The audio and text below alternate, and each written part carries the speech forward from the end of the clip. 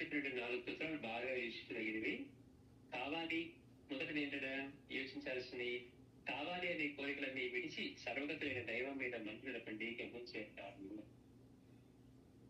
కావాలనే కోరికలన్నీ విడిచి కావాలి ఎలా ఎలా మనం సేవించాలి అంటే కోరికలతో కాదు, కోరికే లేకుండా ఆయన సేవించడమే ఆనందంగా. బాబా తన గురువుని ఆయన ఏం ప్రసాదించడం సేవించాడు?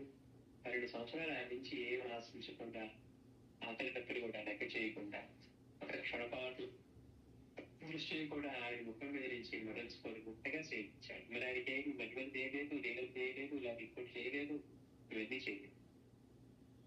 కాబట్టి కావాలనే కోరికలన్నీ విడిచి సర్వగతులైన దైవం మీద మనసు నిలపండి, గమ్యం చేరుతారు అన్నాడు. రెండవది పని చెయ్యి, దేవుని నామం ఉచ్చరించు, సద్గ్రంథాలు చదువు, పోటీలు మత్తులు కీచులాట్ల నుండి దేవుడు కాపాడతాడు. నువ్వు బాగా ఈక్షించాల్సింది ఏమి కోరకుండా మనసు అన్ని నిలపాలి. మనం ప్రకృతిలో ఇవన్నీ ఎలా చేస్తుంది అవన్నీ మనం చేసుకుంటూ పోవాలి.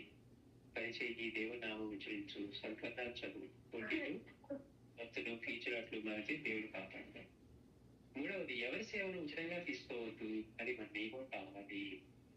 ఎందుకంటే మన రుణానుబంధాన్ని కట్టుపడేసేది ఇదే. ఏది ఇప్పుడు వాళ్ళు ఏదో చేసి పెట్టారు కదా, వాళ్ళు ఏదో ఇచ్చారు కదా అలా తీసుకుంటూ ఉన్నారనుకోండి, మనల్ని మళ్ళీ జన్మకి లాక్ వచ్చేది పడేసేవి కూడా ఇవన్నీ. అది కూడా ఎవరి సేవను ఉచితంగా తీసుకోవద్దు, అది మన నియమం కావాలి.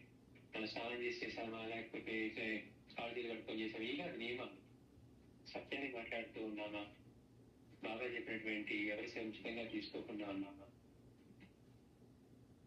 నువ్వేం చేసినా సంపూర్ణంగా క్షుణ్ణంగా చేయి లేదా చేయడానికి మనకి ఎవరన్నా ఒక పని చేస్తానని చేయలేదనుకోండి, మనకి ఎంత బాధ కలుగుతున్న సమయానికి అయ్యో మీరు చేస్తారని పెట్టుకున్నామంటే చివరికి లాస్ట్ మినిట్ లో చెప్పేదా.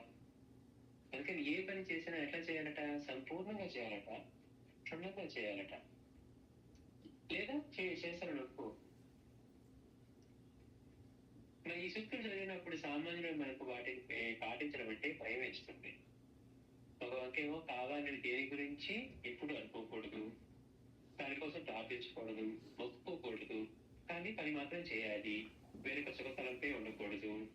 కొన్ని సాటివారి మంచితనాన్ని అనుభవించి సుఖపడదామంటే ఎవరి సేవను ఉచితంగా తీసుకోకూడదట.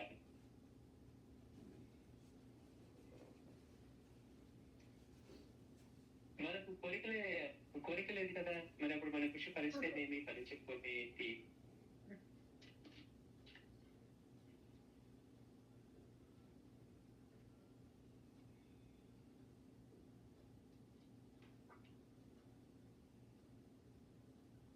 Muted.